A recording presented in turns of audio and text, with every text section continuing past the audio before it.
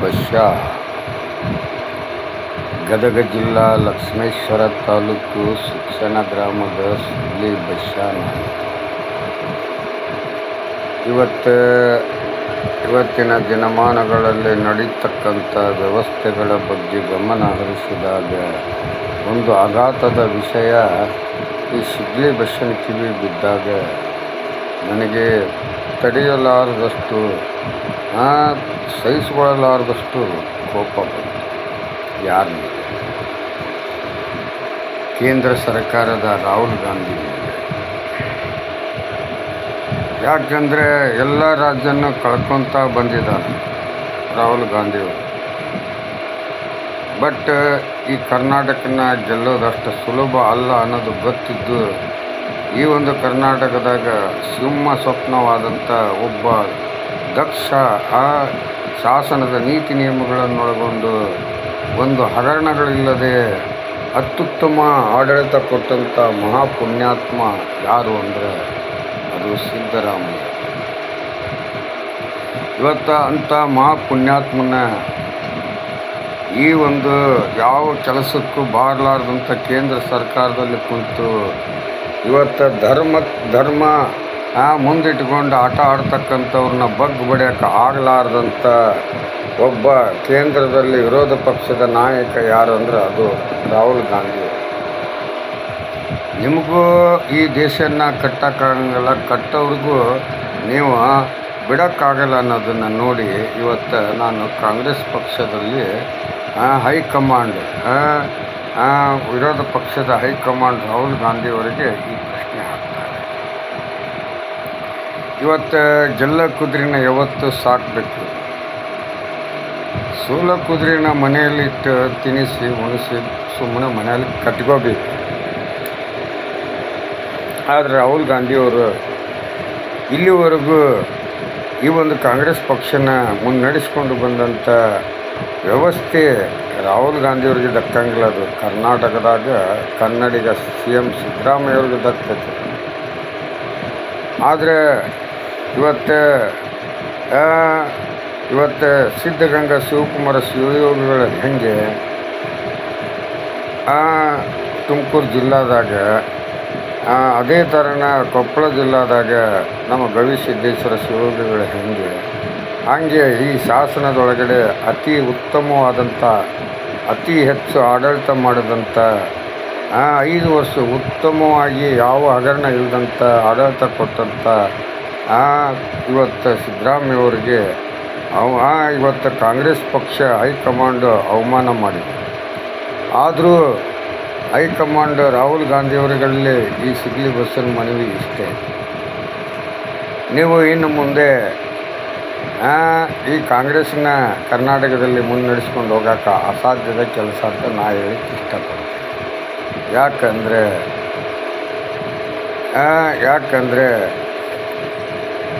ನೀವೇನಾದರೂ ಸಿದ್ದರಾಮಯ್ಯವ್ರನ್ನ ಕಾಂಗ್ರೆಸ್ನಿಂದ ರಾಜೀನಾಮೆ ಕೊಡಿಸಿದ್ದ ಕರೆ ಆದರೆ ನೆಕ್ಸ್ಟ್ 28ಕ್ಕೆ ಈ ಚುನಾವಣೆ ಮುಂದೆ ಬರೋ ಚುನಾವಣೆಯಲ್ಲಿ ಹೊಸ ಪಕ್ಷ ಕಟ್ಟಿಸಿ ಆ ಪಕ್ಷನ ಇತಿಹಾಸಕ್ಕೆ ತೊಗೊಂಡೋಗೋಂಥ ಶಕ್ತಿನೂ ಸಿದ್ದರಾಮಯ್ಯವರಲ್ಲಿ ಇದೆ ಅನ್ನೋದು ರಾಹುಲ್ ಗಾಂಧಿಯವರು ಮರಿಬಾರ್ದು.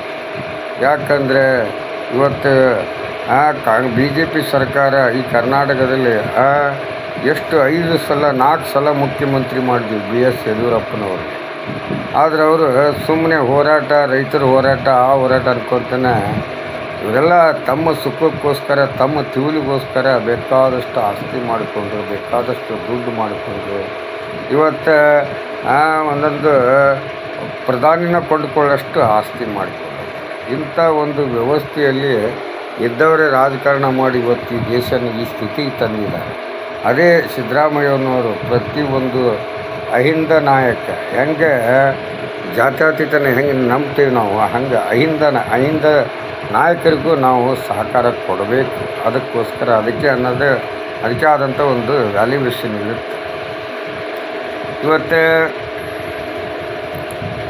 ಯಾವನೊಬ್ಬ ತಿರುಬೂಕಿನ ಮಗ ಹೇಳ್ತಾನೆ, SC/ST ಮೀಸಲಾತಿನ ಕಡಿತಗೊಳಿಸ್ಬೇಕು, ನಾಶ ಮಾಡಬೇಕು, ಇಲ್ಲ ಅಂದರೆ ಅವ್ರ ವಿರುದ್ಧ ಹೋರಾಟ ಮಾಡಬೇಕಾಗುತ್ತೆ ಅಂತ. ನೀವು ಹೋರಾಟರ ಮಾಡ್ಕೋ, ಗಿಡಕ್ಕೆ ನೀನು ಹಾಕ್ಕೊಂಡ್ರೆ ಸಾಯಿ, ಇಲ್ಲ ಅಂದರೆ ವಿಷ ಕುಡಿದ್ರೆ ಸಾಯಿ. ಗೋಳಿ ಮಗನೇ, ನಿನಗೆ ನಿನ್ನ ಒಬ್ಬೊಂದು ಆದೇಶ ಐತೆ ಅಂದರೆ ಇಡೀ 140 ಕೋಟಿ ಪ್ರಜೆಗಳ ಆದೇಶ ಐತೆ. ನಿನ್ನ ಮಾತು ಎಲ್ಲರೂ ಎಸ್ ಅಂತಾರೆ. ಏನಿಗೆ? ಅದಕ್ಕೋಸ್ಕರ ಇಂಥ ಅಲ್ಕ ನನ್ನ ಮಕ್ಕಳು ಇದ್ದಿದ್ದರಿಂದ ಇವತ್ತು ಈ ದೇಶ. ಈಗೂ ಹೇಳ್ತೀನಿ ನಾನು, ಇವತ್ತು ಕರ್ನಾಟಕ ಯಾವ ಒಂದು ಬಂಗಾಳದಲ್ಲಿ ಆದಂಥ ಚುನಾವಣೆ ನಮ್ಮ ಕರ್ನಾಟಕದಲ್ಲಿ ಆಗಬಾರ್ದು, ಅದು ಯಾವುದೋ ಒಂದು ಕಾನೂನು ತಂದಿದ್ದಾರೆ, ಅದು ನಮ್ಮ ಕರ್ನಾಟಕಕ್ಕೆ ಅವಶ್ಯಕತೆ ಇಲ್ಲ ಅಂತ ಹೇಳಿದರೆ ಇವತ್ತು ಸುಪ್ರೀಂ ಕೋರ್ಟು ಅದಕ್ಕೆ ಅಸ್ತು ಅಂತ ಕೊಟ್ಟಿತ್ತು. ಅದಕ್ಕೆ ನಾನು ಸುಪ್ರೀಂ ಕೋರ್ಟ್ಗೆ ಕೇಳ್ತೀನಿ, ನೀವು ಯಾವುದು ಸರ್ವೆ ಮಾಡಿದ್ದೀರಿ ಅಂತಂದು ನೀವು ಅಸ್ತು ಅಂತೀರಿ? ಅಲ್ಲಿ ಕುತ್ಕೊಂಡ್ಬಿಟ್ರೆ ನಿಮಗೆಲ್ಲ ಗೊತ್ತಾಗ್ಬಿಡುತ್ತಾ? ಏನಿದು ಅನುಭವನೇ ಇಲ್ಲದೇ ಬರೀ ವಿದ್ಯಾ ಮೇಲಿನ ಈ ಸಂವಿಧಾನನ ಒಯ್ತಾ ಇದ್ರಲ್ಲ, ನಿಮ್ಮಂಥ ಹುಚ್ಚು ನನ್ನ ಮಕ್ಕಳಿಗೆ ನಾ ಬುದ್ಧಿ ಹೇಳ್ತೀನಲ್ಲ, ನಾ ದೊಡ್ಡ ಹುಚ್ಚು ಸುಳ್ಳೆ ಮಗ ಅಂತೀನಿ. ನೀವು ಏನು ಮಾಡಕತ್ತೀರಿ? ನಿಮ್ಮ ಸ್ವಾರ್ಥಕ್ಕೋಸ್ಕರ ಈ ದೇಶನ ಆಟ ಆಡ್ತಾಯಿದ್ದೀರ. ಇಷ್ಟೇ ಈ ದೇಶದ ಕತೆ ಅಂತ ತಿಳ್ಕೊಂಡು ಮಜಾ ಮಾಡಲಿಕ್ಕೆ ಹೊಂಟಿದ್ದೀರಾ. ಮುಂದೆ ನಿಮ್ಮ ಮಕ್ಕಳ ಭವಿಷ್ಯನ ಕಟ್ಟಿ ಕೊಡಬೇಕಾದ, ಎಲ್ಲ ಮಕ್ಕಳ ಭವಿಷ್ಯನ ಕಟ್ಟಬೇಕಾದವ್ರೆ ಇವತ್ತು ತಾವ ಚಟ್ಟ ಕಟ್ಟಿಕೊಂಡು ಹಾಳಾಗ್ತಾ ಇದ್ದಾರೆ ಅನ್ನೋದನ್ನು ಮರಿಬೇಡಿ.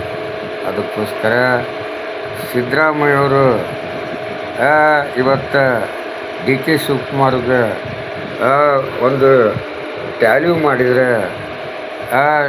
ಮಾಡಿದರೆ ನಿಜವಾಗಿ ಹೇಳ್ತೀನಿ, ಮುಂದಿನ ಸಲ ಕಾಂಗ್ರೆಸ್ ಗೆಲ್ಲಲ್ಲ.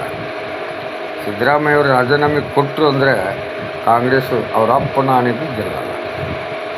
ಇದು ಎಲ್ಲಿ ಬರೆದು ಇಡೋ ಅಂದರೆ ನಾ ಇಡ್ತೀವಿ, ಎಲ್ಲಿ ಸುಣ್ಣ ಬಳ್ಳ ಹಚ್ಚೋದ್ರೆ ಹಚ್ತೇನೆ. ಇದು ಸತ್ಯವಾದ ಮಾತು. ರಾಹುಲ್ ಗಾಂಧಿಯವರು ತಮ್ಮ ಒಂದು ನೀರಿನ ಮೇಲೆ ತಾವೇ ಕಲ್ಲು ಹಾಕಿ ತಾವೇ ಮುಖಕ್ಕೆ ಉಗಿಸ್ಕೊಂಡಂಗೆ ಮಾಡಿಕೊಂಡ್ರು. ಇದು ಅವರಿಗೆ ದೊಡ್ಡ ಒಂದು ದೊಡ್ಡ ಶಕ್ತಿನ ಕಳ್ಕೊಂಡ್ರು ಅನ್ನೋಂಥ ವಿಚಾರ ನಾನು ಈ ಭಾರತ ದೇಶದ 140 ಕೋಟಿ ಪ್ರಜೆಗಳಲ್ಲಿ ಹಂಚ್ಕೊಳ್ತೀನಿ. ಅದಕ್ಕೋಸ್ಕರ ಇವತ್ತು ಸಿದ್ದರಾಮಯ್ಯವ್ರ ರೆಕಾರ್ಡ್ ಇನ್ಯಾರಿಗೂ ಮುರಿಯೋಕ್ಕಾಗಲ್ಲ. ಆದರೆ ನರೇಂದ್ರ ಮೋದಿಯವ್ರ ರೆಕಾರ್ಡ್ ಯಾರು ಮಾಡೋಕ್ಕೆ ಹೋಗಬೇಡ್ರಿ, ಇಂಥ ಆಡಳಿತ ಕೊಡೋಕ್ಕೆ ಹೋಗಬೇಡ್ರಿ. ಯಾಕೆಂದರೆ ಒಂದು ಉದಾಹರಣೆ ಹೇಳ್ತೀನಿ. ಒಂದು ವರ್ಷ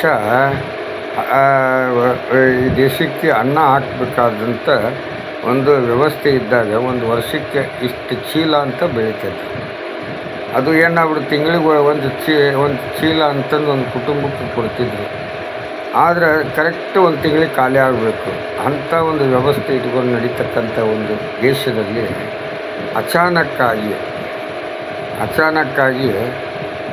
ಆ ದೇಶದಲ್ಲಿ ಏನಾಗ್ಬಿಡುತ್ತೆ ಅಂದರೆ ಬಡತನ ಪರಿಸ್ಥಿತಿ ಕುಗ್ಗಾಕತ್ತೆ. ಆವಾಗ ಆ ಒಂದು ಕುಗ್ಗಂಥ ವ್ಯವಸ್ಥೆನ ಎತ್ತಿ ಹಿಡಿಬೇಕಾದಂಥವ್ರು ಅವ್ರಿಗಿಂತ ಬೇಗ ಇವರು ಕುಗ್ಗಾಕತ್ತೀವಿ. ಅದಕ್ಕೋಸ್ಕರ ಒಂದು ದೇಶದಲ್ಲಿ ಒಂದು ವರ್ಷ ನಮಗೆ ಕಷ್ಟ ಬಂತು ಅಂದರೆ 10 ವರ್ಷ ಕುತ್ಕೊಂಡು ತಿನ್ನಷ್ಟು ಒಬ್ಬ ದೇಶದ ಪ್ರಧಾನಿ ಕಾಯ್ಕೊಂಡು ಹೋಗಬೇಕು. ಇವರೆಲ್ಲ ನಮ್ಮ ತಲೆ ಮೇಲೆ ಸಾಲ ಇಟ್ಟು ತಾವು ಬೇಕಾದಷ್ಟು ಮಜಾ ಮಾಡಿಕೊಂಡು ಇವತ್ತು ಈ ದೇಶ ಆಳ್ತಾ ಇದ್ದಾರೆ ಅಂದರೆ ಈ ದೇಶದ ಆಡಳಿತಗಾರಿಗೆ ಕ್ಯಾಕಸ್ ಉಳಿಬೇಕಂತಿದ್ದೆ. ಅದಕ್ಕೋಸ್ಕರ ಇಂಥ ನನ್ನ ಮಕ್ಕಳ ಕೈಯಾಗಿ ದೇಶ ಕೊಟ್ಟಿದ್ದಕ್ಕೆ ಈಗ ನಾ ಹೇಳ್ತೀನಲ್ಲ, ಈ ದೇಶದಲ್ಲಿ ಸಮಾನತೆ ಬೇಕು. ಶಾಸನ ಬರೀಬೇಕಾದ್ರೆ ಪ್ರತಿಯೊಬ್ಬನಿಗೂ ಸಮಾನತೆ ಬೇಕು. ಇಲ್ಲೇ ಇವತ್ತಿನ ವ್ಯವಸ್ಥೆಯಲ್ಲಿ ಸಮಾನತೆ ಇಲ್ಲ. 100ಕ್ಕೆ 60ರಷ್ಟು ಒಂದು ಧರ್ಮಕ್ಕೋಸ್ಕರ, ಒಂದು ದೇಶದ ಧರ್ಮಕ್ಕೋಸ್ಕರ ಇವತ್ತು ದೇಶನ ಕೊಳ್ಳೆ ಹೊಡಿತಾ ಇದ್ದಾರೆ, ಸುಳ್ಳು ಹೇಳ್ತಾ ಇದ್ದಾರೆ, ಡಕಾತಿ ಮಾಡಿಸ್ತಾ ಇದ್ದಾರೆ, ಕೊಲೆ ಮಾಡಿಸ್ತಾ ಇದ್ದಾರೆ, ಅವಮಾನ ಮಾಡಿಸ್ತಾ ಇದ್ದಾರೆ. ಇವೆಲ್ಲ ಬೇಕಾ? ಇವತ್ತು ಪಶ್ಚಿಮ ಬಂಗಾಳ CMಗೆ ಹೇಳ್ತೀನಿ, UP ಸರ್ಕಾರ ಯೋಗಿ ಆದಿತ್ಯನಾಥನಿಗೆ ಹೇಳ್ತೀನಿ, ನೀವು ಭಾಳ ತಪ್ಪು ದಾರಿಯಲ್ಲಿ ಹೊಂಟಿದ್ದೀರಾ. ಕಾನೂನನ್ನ ಕೈ ತಗೊಳ್ಳೋಕ್ಕೆ ಯಾರು ಕೊಟ್ರಪ್ಪ ನಿಮಗೆ ಅಧಿಕಾರ? ನಿಮ್ಮ ಶಾಸನದ ಬಗ್ಗೆ ಮಾತ್ರ ನೀವು ನಡ್ಕೊಂಡು ಹೋಗಬೇಕು. ಅದನ್ನು ಬಿಟ್ಟು ಇವೆಲ್ಲ ಯಾವ ರೀತಿ ಪಶ್ಚಿಮ ಬಂಗಾಳದಲ್ಲಿ ಗೋ ಹತ್ಯೆ ನಿಷೇಧ ಆಯಿತು. ಆದ್ರೆ ಗೋ ಹತ್ಯೆ ನಿಷೇಧ ಮಾಡಬೇಕಾದ್ರೆ ಪ್ರತಿಯೊಂದು ಗೋವುಗಳನ್ನ ಸರ್ಕಾರ ತೊಗೋಬೇಕು, ವಶ ಪಡ್ಕೋಬೇಕು. ಸರ್ಕಾರನ ಗೋಶಾಲೆ ಕಟ್ಟಬೇಕು, ಸರ್ಕಾರನ ಅನ್ನ ಹಾಕಬೇಕು. ಯಾವ ರೈತನಿಗೂ ಆ ಹಸುಗಳ್ನ ಕೊಡ್ತಕ್ಕದ್ದಲ್ಲ. ಯಾಕಂದ್ರೆ ಅದನ್ನು ವಯಸ್ಸರ ಮಟ್ಟ ದುಡಿಸ್ಕೊತಾರೆ, ಆಮೇಲೆ ಕಟ್ಗರು ಕೊಟ್ಟು ತಿನ್ನೋಂಥ ವ್ಯವಸ್ಥೆ ಮಾಡ್ತಾರೆ. ಯಾಕೆ ನಿಮ್ಮ ತಂದೆ ತಾಯಿಗೆ ವಯಸ್ಸಾಗಿತ್ತು ಅಂತಂದು ಅವ್ರಿಗೂ ಕಟ್ಗರು ಕೊಟ್ಬಿಡ್ರಲ್ಲ, ಅವರಿಂದ ಯಾವ ವ್ಯಾಲ್ಯೂಷನ್ ಐತೆ ನಿಮಗೆ? ಅದಕ್ಕೋಸ್ಕರ ಒಂದು ರುದ್ರಭೂಮಿ ಮಾಡಿರಲಿಲ್ಲ. ಒಂದು ಮನ್ಯಾಗ ಈ ಜೀವ ಇದ್ದಾಗ ಜೊತೆಲಿ ನಿಮ್ಮ ಮನೆ ಎತ್ತಿ ಹಿಡಿಬೇಕಾದ್ರೆ ನಿಮ್ಮ ಮನೆ ಒಳಗಡೆನ ಬಸವಣ್ಣನ ಕಟ್ಕೊಂಡಿರ್ತೀವಿ, ಗೋ ತಾಯಿನ ಕಟ್ಕೊಂಡಿರ್ತೀವಿ, ಒಂದು ನಿಯತ್ತಿನ ನಾಯಿ ಸಾಕ್ಕೊಂಡಿರ್ತೀವಿ. ಅವೆಲ್ಲ ನಿಮ್ಮ ಜೊತೆಲಿನ ಹಗಲು ರಾತ್ರಿ ಕಾಲ ಕಳೀತವೆ. ಇವತ್ತು ಮನ್ಯಾಗ ಒಬ್ಬ ಮಗ ಸತ್ನಂದ್ರೆ ಎಷ್ಟು ಕಣ್ಣೀರು ಹಾಕ್ತೀವಿ, ಎಷ್ಟು ನೋವು ಅನುಭವಿಸ್ತೀವಿ. ಆದರೆ ಒಂದು ಬಸವಣ್ಣನ ಅದು ಸತ್ತಂದ್ರೆ ಅದಕ್ಕೆಷ್ಟು ಕಣ್ಣೀರು ಹಾಕ್ತೀವಿ, ಎಷ್ಟು ನೋವು ಅನುಭವಿಸ್ತೀವಿ. ಆದರೆ ಜೀವಂತಿದ್ದು ಬಸವಣ್ಣನ ಕಟಗರ ಕೈಯಾಗ ಕೊಡೋದು ಎಷ್ಟರ ಮಟ್ಟಿಗೆ ಸರಿ ಅನ್ನೋದು ನಾವೆಲ್ಲರೂ ತಿಳ್ಕೋಬೇಕು. ಅದಕ್ಕೋಸ್ಕರ ಗೋ ಹತ್ಯೆ ನಿಷೇಧ ಆಗಲೇಬೇಕು. ಯಾಕಂದರೆ ಇವತ್ತು ರೈತರಿಗೆ ಗೋಗಳನ್ನ ಮಾರಾಟಕ್ಕೆ ಸೇಲ್ಗೆ ಇಟ್ಟಿಲ್ಲ. ಹಿಂದೆ ವ್ಯಾಲ್ಯೂಯೇಷನ್ ಇಲ್ಲದಂಥ ಗೋಗಳಿಗೆ ಇವತ್ತು ಕೋಟಿ ಕೋಟಿ ವ್ಯಾಲ್ಯೂಯೇಷನ್ ಕಟ್ಟಿದವ್ರು ಯಾರು? ಸರ್ಕಾರ ಮತ್ತು ಪ್ರಜಾಪ್ರಭುತ್ವದ ಪ್ರಜೆಗಳು. ಇವತ್ತು ನಾವು ಹೆಂಗೆ ಬಸವಣ್ಣ ನೆರಳಿ ಸಾಯ್ತಾ ಇದನ್ನಲ್ಲ, ಅದಕ್ಕಿಂತ ದೊಡ್ಡ ಕರ್ಮ ನಾವೆಲ್ಲ ಅನುಭವಿಸ್ಬೇಕಾಗುತ್ತೆ. ಬಸವಣ್ಣನ ಶಾಪ ಎಲ್ರಿಗೂ ತಟ್ಟಿ ಹೋಗಿಬಿಟ್ಟಿದೆ. ಇಂಥ ಸರ್ಕಾರಗಳು ಇನ್ನು ಯಾವತ್ತೂ ಎದ್ದೇಳಲ್ಲ. 2028ಕ್ಕೆ BJP ಹಣೆಬರ ಮತ್ತು ಅವ್ರ ಕರ್ಮಕಾಂಡ ಎಲ್ಲ ಹೊರಗೆ ಚೆಲ್ತಾರೆ. ಜನ BJPನ ಆಟೋಪಗಳನ್ನು ನೋಡ್ತಾನೆ ಬಂದಿದ್ದಾರೆ. ಆದರೆ ಅದಕ್ಕೆ ಬೆಂಬಲ ಕೊಟ್ಕೊಳ್ಳೋರು ಅವರೇ ಫಾಲೋವರ್ಸ್ ಆಗೋದು ಅವರೇ. ಆದರೆ ವಿದ್ಯಾವಂತರು, ಬುದ್ಧಿವಂತರು, ಸಂವಿಧಾನ ಬಲ್ಲವರು, ಕಾನೂನು ತಿಳ್ಕೊಂಡವರು, ಈ ದೇಶನ ಕಟ್ಟಬೇಕಾದವರು ಯಾವತ್ತು ನರೇಂದ್ರ ಮೋದಿಗೆ ಸಲ್ಯೂಟ್ ಅಲ್ಲ. ಅವ್ರ ಮುಖ ನೋಡೋಕ್ಕೂ ಅಸಹ್ಯ. ಇದು ಸತ್ಯ. ಹೆಂಗೆ ಪಂಚಾಯತಿಯಲ್ಲಿ, ಗ್ರಾಮ ಪಂಚಾಯತಿಯಲ್ಲಿ ಎಲ್ಲ ಚುನಾವಣೆ ಬಂದಾಗ ಎಲ್ಲರೂ ಅವ್ರನ್ನ ಎತ್ತಿ ತೂರಿ ಅವ್ರನ್ನ ಆಯ್ಕೆ ಮಾಡ್ತಾರೆ. ಆಮೇಲೆ ಮಾರನೇ ದಿನ ಪಂಚಾಯತಿಗೆ ಹೋಗಂದ್ರೆ ದರಿದ್ರ ಪಂಚಾಯತಿ ಸುಳ್ಯ ಮಕ್ಕಳು ಯಾರು ಸರಿ ಇಲ್ಲ. ಇಂಥ ವ್ಯವಸ್ಥೆ ಒಳಗಡೆ ನಾವೆಲ್ಲ ಬದುಕ್ತಾಯಿದ್ದೀವಿ. ನಿಲ್ಲಬೇಕಾದ್ರೆ ಇದು ರಾಜಕಾರಣದಿಂದ ಬದಲಾವಣೆ ಆಗೋದಿಲ್ಲ, ಪ್ರಜಾಪ್ರಭುತ್ವದಿಂದನೇ ಈ ದೇಶನ ಕಟ್ಟಬೇಕು. ಈ ಸಂವಿಧಾನ ಮುಂದುವರಿಸ್ಕೊಂಡು ಹೋಗ್ಬೇಕು. ಈ ರಾಷ್ಟ್ರಧ್ವಜಕ್ಕೆ ಗೌರವ ಕೊಡೋಂಥ ವ್ಯವಸ್ಥೆ ಆಗಬೇಕು. ಇವನ್ನೆಲ್ಲ ಬಿಟ್ಟು ಈಗ ನಾ ಕೇಳ್ತೀನಿ, ಸಂಗೊಳ್ಳಿಯ ಕರ್ನಾಟಕದೊಳಗಡೆ ಇತಿಹಾಸ ಕೊಟ್ಟವ್ರು ಯಾರು? ಕಿತ್ತೂರು ರಾಣಿ ಚೆನ್ನಮ್ಮ ಮತ್ತು ನಮ್ಮ ಸಂಗೊಳ್ಳಿ ರಾಯಣ್ಣ ಅವ್ರದ್ದು ಒಂದೇ ಸರ್ಕಲಲ್ಲಿ, ಇಬ್ಬರದು ಒಂದೇ ಜಾಗದಲ್ಲಿ ಮೂರ್ತಿ ಮಾಡಿ ಸರ್ಕಲ್ ಮಾಡಿರಿ. ಅದೇ ಥರ ಮಧುಕರಿ ನಾಯಕ, ಒನಕೆ ಓಬವ್ವ ಅವ್ರದ್ದು ಒಂದು ಮೂರ್ತಿನ ಇದನ್ನು ಮಾಡಿರಿ. ಕೆಳದಿ ಚೆನ್ನಮ್ಮ, ಶಿವಪ್ಪ ನಾಯಕ ಇಂಥವ್ರು ಒಂದೊಂದು ಮೂರ್ತಿ ಮಾಡಿರಿ. ವೆಂಕಟಪ್ಪ ನಾಯಕ ಅಂಥವ್ರು ಮೂರ್ತಿ ಮಾಡಿ. ಟಿಪ್ಪು ಸುಲ್ತಾನ್ ಅಂಥವ್ರು ಮೂರ್ತಿ ಮಾಡಿರಿ.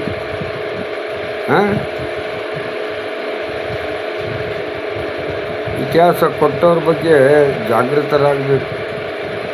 ಅದಕ್ಕೋಸ್ಕರ ಇವತ್ತು ನಮ್ಮ ದೇಶನ ಕೊಳ್ಳೆ ಹೊಡ್ಯೋಕ್ಕೆ ಯಾರು ಕಡೆಯಿಂದನೂ ಆಗೋದಿಲ್ಲ. ಕೊಳ್ಳೆ ಹೊಡೆದು ಅದನ್ನು ಹೊತ್ಕೊಂಡು ಹೋಗೋಕ್ಕೂ ಆಗೋದಿಲ್ಲ. ಒಟ್ಟು ರಾಜಕಾರಣಿಗಳು ಇವತ್ತು BJP ಕಾಂಗ್ರೆಸ್ ಗೆಲ್ಲುತ್ತೆ ಅನ್ನೋದು ಗೊತ್ತಾಗಿ ಅವ್ರಿಗೆ ಓಟ್ ಬೀಳಬಾರ್ದು ಅನ್ನೋದಕ್ಕೆ ಕೈ ಸಿಕ್ಕಂಥವ್ರನ್ನ ತೊಗೊಂಡು ಬಾಂಗ್ಲಾದ ಕಡೆ ವಲಸೆ ಕಳಿಸ್ತಾ ಇದ್ದಾರೆ. ಇದು ಮುಂದಿನ ದಿನಗಳಲ್ಲಿ ಎಲ್ಲ ಆಗುತ್ತೆ. ಏನು ತೊಟ್ಟಿಲೆಗಳಂತ ಕೈ ಹಾಕಿ ತೆಗೆದು ಬಸಂತ ಗಂಡನೇ ಇಲ್ಲ. ಬಿತ್ತಿದ ಬೀಜ ರೈತನ ಕೈಯಾಗ ಕೊಟ್ಟರೆ ಆಗ ಬೆಳತೀನಂತ ರೈತನೂ ಇಲ್ಲ. ಪಾಠ ಓದ ಪರೀಕ್ಷೆ ಬರೋಕ್ಕಾಗಲ್ಲ. ಅದಕ್ಕೋಸ್ಕರ ಇವತ್ತು ಹಸಿರು ಟವಲ್ಗಳು ನಾಶ ಆಗ್ತಾಯಿದ್ದವು. ಯೋಧರ ಶಕ್ತಿನೂ ಕಮ್ಮಿ ಆಗ್ತಾಯಿದೆ. ದೇಶ ಕಾಯೋಕ್ಕೆ ಯೋಧರದೇವಂತ ಧೈರ್ಯವಾಗಿ ಬದುಕಬೇಕಂದ್ರೆ ಇವತ್ತು ನಮ್ಮ ರಕ್ಷಣೆನ ನಾವೇ ಮಾಡಿಕೊಳ್ಳೋಂಥ ಪರಿಸ್ಥಿತಿ ಮಟ್ಟಿಗೆ ಬಂದಿದ್ದಾರೆ ಜನ. ಅಲ್ಲಿನೂ ಹೋದ್ರೆ ರೋಡ್ನಲ್ಲಿ ಹೋದ, ಅಲ್ಲೊಬ್ಬನ ಕೊಲೆ ಆದ, ಇಲ್ಲೊಬ್ಬನು ಹೋದ, ಆಕ್ಸಿಡೆಂಟ್ ಮಾಡಿ ಸಾಯಿಸಿದ್ರು. ಬರೀ ಇದೇ ಹಗರಣದಲ್ಲಿನ ಪೊಲೀಸ್ ಕೆಲಸ ಮಾಡ್ತೈತಿ, ಕೋರ್ಟ್ ಕೆಲಸ ಮಾಡ್ತೈತಿ, ರಾಜಕಾರಣ ಕೆಲಸ ಮಾಡ್ತೈತಿ.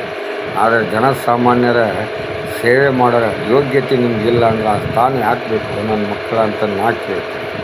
ಸಿಗಲಿ ಬಸ್ಯಾದಿಲ್ಲ ಏನು 100 ದಿನ ಬಾಳೋಕ್ಕಿಂತ 3 ದಿನ ಬಾಳೋನು. ಟಿಪ್ಪು ಸುಲ್ತಾನನ ಶಕ್ತಿ ತುಂಬಿಕೊಂಡು, ಮಧುಕರಿ ನಾಯಕನ ಶಕ್ತಿ ತುಂಬಿಕೊಂಡು, ನಮ್ಮ ಛತ್ರಪತಿ ಶಿವಾಜಿ ಮಹಾರಾಜನ ಶಕ್ತಿ ತುಂಬಿಕೊಂಡು, ಸಂಗೊಳ್ಳಿ ರಾಯಣ್ಣಗಿರಲಿ ಎಲ್ಲ ರಾಜರ ಶಕ್ತಿ ತುಂಬಿಕೊಂಡು ಆಟ ಆಡೋಣ. ಪ್ರತಿಯೊಂದು ಜಾತಿಗೆ ಒಂದು ಇತಿಹಾಸ ಐತಿ. ಎಲ್ಲ ಜಾತಿಗಳು ಸೇರಿ ಒಂದು ಜಾತಿ ಮೇಲೆ ಮುಗಿಬಿದ್ದರೆ ಎಲ್ಲ ಜಾತಿಗಳಿಗೂ ಈ ಸಂವಿಧಾನ ತಕ್ಕ ಪಾಠ ಕಲಿಸ್ತೈತಿ. ಅದಕ್ಕೆ ನಿಜವಾದ ಆ ಒಂದು ಅನುಭವ ಇದೇ ಕೊಪ್ಪಳ ಜಿಲ್ಲಾ ಗಂಗಾವತಿ ತಾಲೂಕು ಮರ್ಕುಂಬಿ ಗ್ರಾಮದ ಒಬ್ಬ ದಲಿತನ ಒಂದು ಕೇರಿ ಒಳಗೆ ನುಗ್ಗಿ ಅವ್ರ ಮೇಲೆ ಹಲ್ಲೆ ಮಾಡಿ ಆಮೇಲೆ ಅವ್ರ ಮನೆಗೆ ಬೆಂಕಿ ಹಚ್ಚಿದಾಗ ಅದೊಂದು ಪ್ರಕರಣ ಆಯ್ತು. 98 ಜನಕ್ಕೆ ಜೀವಾವಧಿ ಶಿಕ್ಷೆ ಕೊಡ್ತು. 18 ಮಂದಿ ಕೋರ್ಟ್ಗಾಲದಲ್ದ ನಗದು ಬಿಟ್ಟು ಹೋದರು.